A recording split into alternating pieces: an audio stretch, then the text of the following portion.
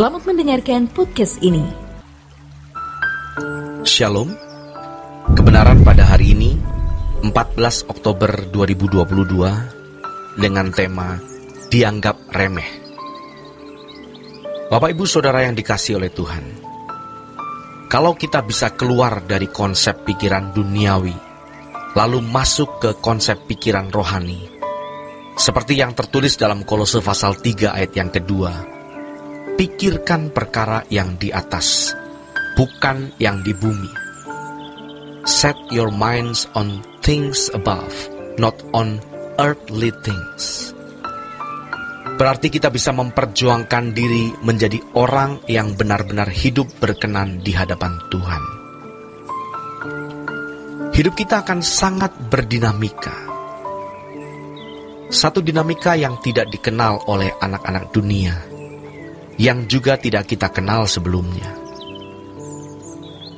Sebagai perbandingan, walaupun tidak sama persis. Misalnya kalau ada orang yang terpapar ajaran doktrin atau indoktrinasi yang salah. Contohnya, jika menjadi teroris akan masuk surga dan dilayani oleh para malaikat, maka ia akan mengisi pikirannya dengan bagaimana caranya agar dia bisa punya uang untuk membeli komponen-komponen untuk merakit bom. Biasanya dia akan menutup diri dari lingkungan, supaya tidak dikenali aktivitas kehidupannya. Dinamika hidupnya menjadi berbeda dengan orang di sekitarnya. Kalau kita bisa memasuki kehidupan Kristiani, maka kita akan memiliki dinamika hidup yang luar biasa. Perkara-perkara rohani menjadi satu-satunya perkara sebagai isi dan tujuan hidup kita. Apalagi kalau bisa sampai melangkah bagaimana menjadi orang terkemuka di hadapan Tuhan. Dinamika hidup kita pasti berubah total. Jika Kristus yang adalah hidup kita menyatakan diri kelak, kamu juga menyatakan diri bersama-sama dengan Dia di dalam kemuliaan. Meskipun kita sekarang tidak dipandang, tidak dianggap, tidak punya nilai di mata manusia, tidak apa-apa. Tetapi jika Kristus yang adalah hidup kita, artinya dinamika anak-anak Allah yang standarnya adalah Yesus. Maka ketika Yesus menyatakan diri dimuliakan oleh Bapa, kita pun akan dimuliakan bersama-sama dengan Dia. Saat ini, banyak orang yang tidak memedulikan nilai-nilai kekekalan atau hal-hal rohani, apalagi soal kemuliaan bersama Kristus. Tetapi suatu hari nanti, jangankan hal dimuliakan bersama Yesus, kalau sampai tidak masuk langit baru, bumi baru, itu sudah merupakan bencana atau celaka bagi mereka. Kalau bagi seorang siswa atau mahasiswa yang penting naik kelas saja, mungkin dia bisa naik kelas juga. Tidak menjadi juara, tidak ada di dalam ranking, tidak berprestasi pun tidak apa-apa. Tetapi hal ini jangan kita coba paralelkan atau analogikan dengan kekekalan.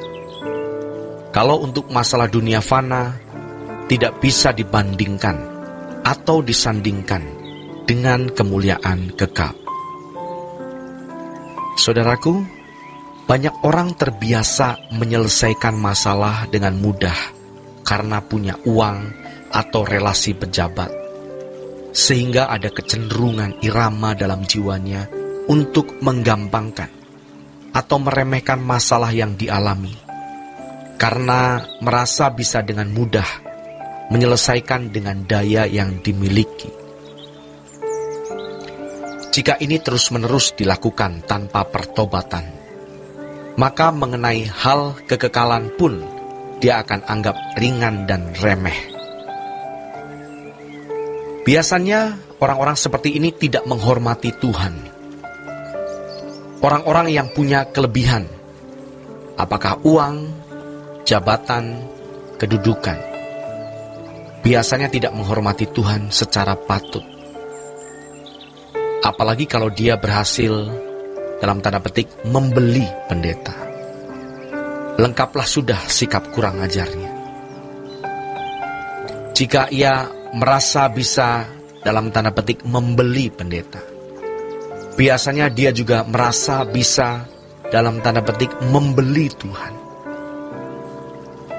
Makanya bagi para hamba Tuhan, khususnya para pendeta, mestinya berani berkata demikian.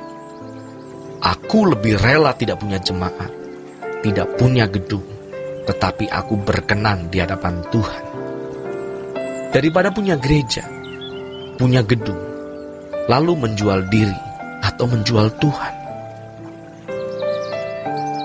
Seseorang bisa tahu bahwa dirinya bisa menaklukkan pendeta atau tidak.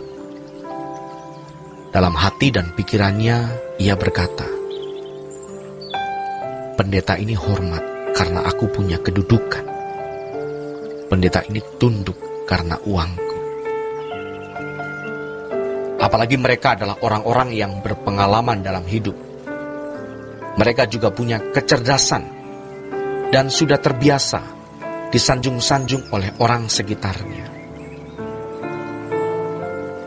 Saudaraku yang kekasih, orang yang punya kelebihan, baik kekayaan, kedudukan, gelar, prestasi, dan sebagainya, kalau tidak dihancurkan Tuhan, maka dia akan merasa lebih tinggi dan lebih hebat dari orang lain.